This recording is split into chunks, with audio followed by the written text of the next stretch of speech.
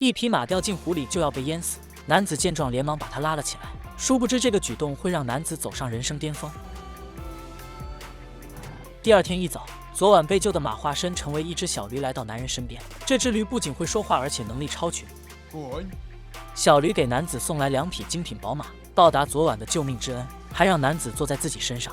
小驴以100公里1秒的速度把男子带到城里。男子还以为他的2匹马能卖个好价钱，殊不知被国王盯上了。国王二话不说，直接把马牵走，还不想付钱。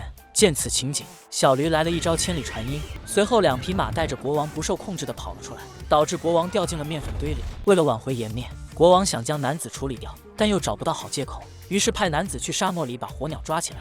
火鸟常年袭击国王的军队，一般人不可能抓到他。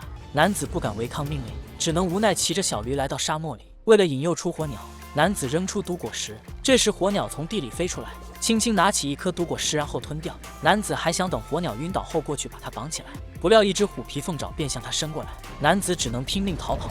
关键时刻，小驴一头撞飞了火鸟，这下彻底激怒了火鸟。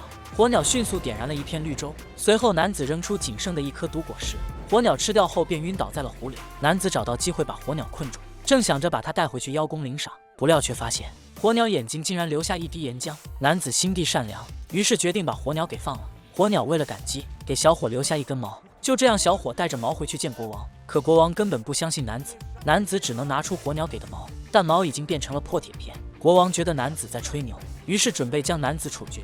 关键时刻，那根毛突然燃烧起来，火鸟也随之出现在空中。这下大家都相信了男子，国王也只能放人。可阴险的国王并不会就此放过男子。